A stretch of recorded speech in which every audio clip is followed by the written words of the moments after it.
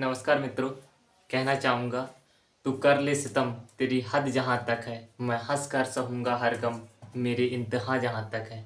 तू सोच रही है मुझे दर्द कितना हुआ, जानी मैं देख रहा हूँ तू बेवफा कहाँ तक है। मित्रों, आइए क्वेश्चन की तरफ बढ़ते हैं। देखिए, जब जब भी ऐसे प्रश्न दे दें, इतने इतने बड़े सवाल दे दी जाए, तो बच्चा पढ़ता ही नहीं है, क्वेश्चन पहले ही छोड़कर चला जाता है, सोचता है इतना पढ़ने में कितना समय लगेगा। लेकिन जितने ही देखने में जो क्वेश्चन बड़े होते हैं, कहीं ना कहीं उतने ही आसान होते हैं। तो आइए इसे पढ़ते हैं और कहीं ना कहीं से सेकंडों में कैसे समझाते हैं आपको, देखिएगा। पहले क्वेश्चन को ध्यान से पढ़ेंगे। देखिए, 100 प्रश्न दिए गए किसी परीक्षा में, मान लीजिए 100 प्रश्न दिए हैं, जिनमें से प्रत्येक के सही उत्तर के लिए 1 अंक दिया जाता है। परीक्षा है, कोई पेपर में 100 प्रश्न दिए हैं और सही उत्तर के लिए 1 अंक दिया जाता है। देखिए आगे, देखिए 100 प्रश्नों में से 30, 50 और 20 प्रश्न क्रमशः आसान, मध्यम और कठिन स्तर के हैं। परीक्षा में जो प्रश्न का स्तर है, कठिन, आसान, मध्यम और कठिन, तो वो है 30, 50 और 20। ठीक है, 30 प्रश्न हमारे आसान है, 50 हमारे मध्यम है, 20 हमारे हार्ड है। आगे देखिएगा, प्रश्न पत्र में कठिनाई स्तरों को समान वितरण और प्रश्न की बराबर संख्या के 5 अभिक्षमताओं में शामिल किया गया है। कहने का मतलब, कोई प्रश्न अगर आसान है या हार्ड है तो उनके अंक समान है और 5 सेक्शनों में विभाजित किया गया है। 100 प्रश्न को किसमें 5 अभिक्षमताओं में, यानी कि 5 सेक्शनों में विभाजित किया गया है। सचिन को 3 अभिक्षमताओं का उत्कृष्ट ज्ञान है। सचिन है जो लड़का, उसे तीन विषय में या 3 जो सेक्शन दिए गए हैं उनमें 3 में अच्छी तरीके से अच्छा ज्ञान है। लेकिन अन्य 2 अभिक्षमताओं में, जो 5 सेक्शन में विभाजित किया गया है, अन्य 2 अभिक्षमताओं में केवल आसान प्रश्न को ही हल कर पाता है। यदि लेकिन 2 में जो अच्छा ज्ञान उसे नहीं है, उसमें केवल आसान ही प्रश्न सॉल्व कर पाता है और मध्यम और कठिन नहीं कर पाता है। तो आगे देखिए, यदि मूल्यांकनकर्ता प्रत्येक गलत उत्तर के लिए 0.33 अंक काटता है तो सचिन सभी प्रश्नों को हल करता है। और क्या कहता है, सचिन सभी प्रश्नों को हल करता है तो अपेक्षित प्रतांक क्या होगा, तो उसके द्वारा कितना प्रतांक स्कोर किया गया है, ये पूछ रहा है। देखिए, सबसे पहले जो 100 प्रश्न को 5 सेक्शन में विभाजित किया गया, सब 5, अगर 100 प्रश्न है, मान लीजिए 100 प्रश्न है, अगर 5 सेक्शन में विभाजित किया गया है तो एक सेक्शन में कितने प्रश्न होंगे, डिवाइड करेंगे 20। इतनी बात समझ में आई होगी। तो 5 सेक्शन में विभाजित किया गया है तो एक सेक्शन में कितने 20 प्रश्न होंगे। देखिए, पहले इसकी टेबल बना लीजिए। मान लीजिए सेक्शन SCC सेक्शन हो गया। देखिए 1 2 3 1 2 3 4 और 5, ये सेक्शन हो गए हमारे। और प्रश्न का जो स्तर है वो कैसा है,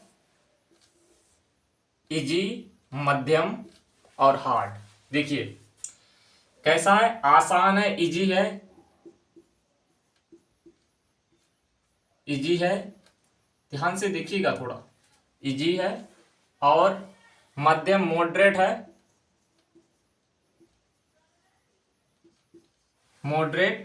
और हार्ड है, कठिन है, इसे हार्ड लिख देते। इतनी बात समझ में आई। जो परीक्षा में 30, 50, 20 इजी, मॉडरेट, हार्ड है, तीन में विभाजित किया गया है, इजी, मॉडरेट, हार्ड, और सेक्शन 5 में विभाजित किया गया। इतनी बात समझ में आई होगी। तो देखिएगा, तो एक प्रश्न, अभी मैंने बताया कि 100 प्रश्न है, 5 में विभाजित किया गया, तो एक सेक्शन में कितने कितने प्रश्न होंगे, 100 डिवाइड बाई 5 बराबर कितने होंगे 20। एक में कितने होंगे 20। तो हमें, ये तो हमें पता है 1 2 3 है, लेकिन इन बराबर बराबर प्रश्न हम कर दे रहे हैं। इनमें कितने हो जाएंगे, सब में 20 प्रश्न हो जाएंगे। 20 इसमें भी, 20 इसमें भी, 20 इसमें भी, 20 इसमें। इतनी बात समझ में आई हो, क्योंकि 100 प्रश्न को हमने 5 बराबर बराबर भागों में बांटा तो 20 प्रश्न हो गए। एक सेक्शन में 20 प्रश्न आ गए। ध्यान दीजिएगा थोड़ा। आगे देखिएगा, जो हमारे इजी मॉडरेट एंड हार्ड का जो रेशो है 30, 50 और 20 है, इसे काटेंगे तो आ जाएगा 3:5:2। ठीक, इतनी बात समझ भाई। इजी, मॉडरेट, हार्ड का जो हमने रेशियो निकाला 3:5:2 आ गया। तो 3 और 2 5, 3 और 2 5, 5 10, 10 बराबर कितना है 20, 1 बराबर 2।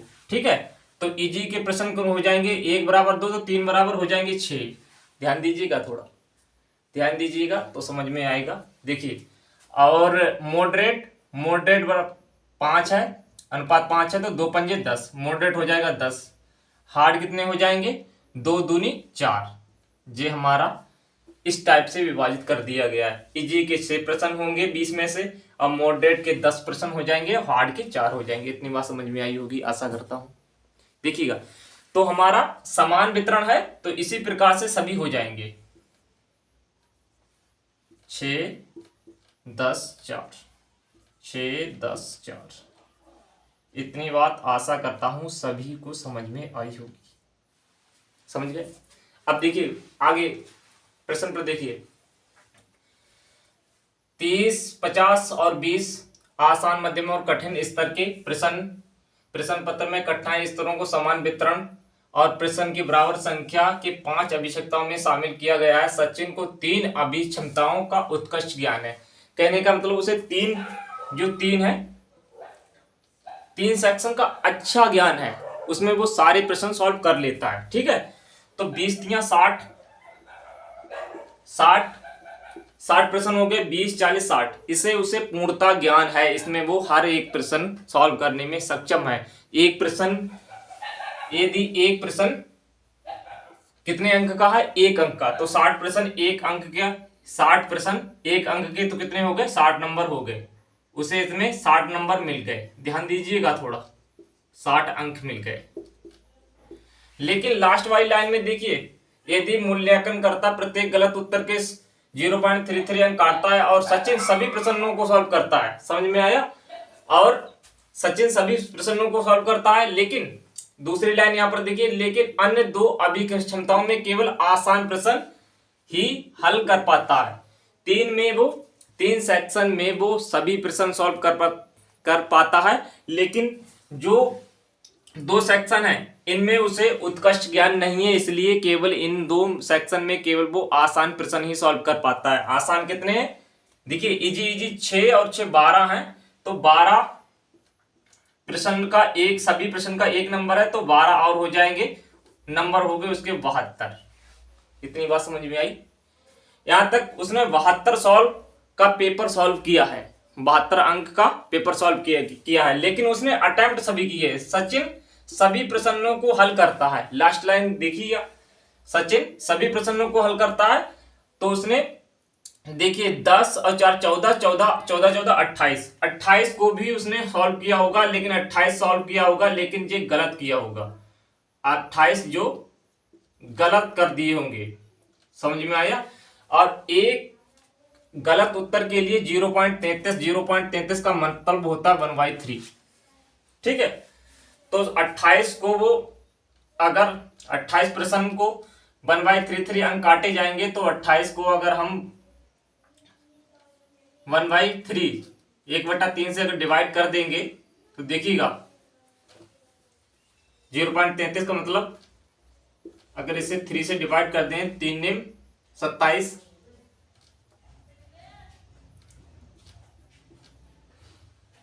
देखिएगा 8 में से 7 जाएगा तो 1 पॉइंट लगाएंगे 0, 3×3 9 पॉइंट, फिर 3×3 9, 3 हो जाएगा 9.33।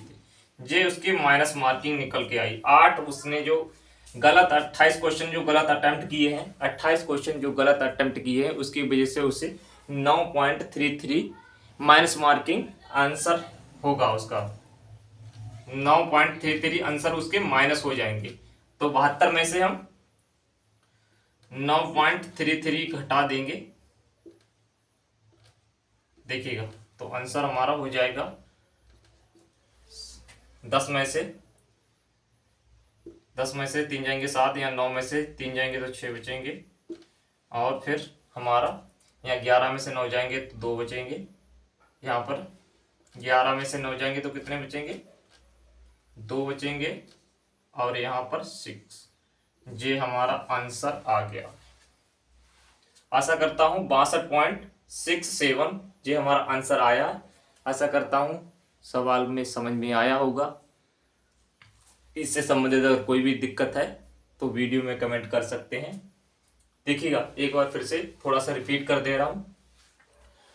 देखिए, उसे सचिन को 3 अभिक्षमताओं का उत्कृष्ट ज्ञान है, यानी कि 3 में पूर्णतः सक्षम है। 3 में सभी प्रश्नों को सॉल्व किया उसने 3 में, यानी कि 20, 40, 60 प्रश्न है। 60 प्रश्न, एक प्रश्न 1 अंक का है, तो 60 प्रश्न 60 अंक के हो गए। ध्यान दीजिएगा यहाँ तक। और 2 अभिक्षमताओं में केवल उसे आसान प्रश्न ही सॉल्व कर पाया। 2 में केवल आसान प्रश्न सॉल्व कर पाता है। 2 में आसान कितने प्रश्न है, 6 और 6 12। तो 12, एक प्रश्न 1 अंक का, तो 12 अंक के हो गए। तो इन्हें जोड़कर लिखे जाएंगे 72 प्रश्न, अंक आ गए, 72 नंबर आ गए। अब उसने सभी प्रश्न सॉल्व किए हैं, तो इससे उतने सभी प्रश्न सॉल्व किए हैं, तो इतने उसने क्या किए होंगे, सॉरी, जे उसने नेगेटिव कहीं ना कहीं गलत क्वेश्चन किए होंगे। तो 10 और 4 14, 14 14 28 प्रश्न उसने गलत किए हैं, 28 प्रश्न गलत किए हैं। तो एक गलत के लिए 0.33 अंक काटे जाते हैं। तो 3 से हम डिवाइड कर देंगे, 3 से डिवाइड करेंगे तो 0.33 अंक माइनस मार्किंग आया, यानी कि जी हमें काटे जाएंगे उसके सही प्रश्नों में से इतने प्रश्न। तो हमने जो घटा दिए हैं 9.33 इसमें घटा दिए, तो आंसर आ गया 62.67। आशा करता हूँ हर पॉइंट टू पॉइंट आपको समझ में आया होगा। अगर इससे संबंधित कोई भी दिक्कत है तो आप कमेंट कर सकते हैं। धन्यवाद।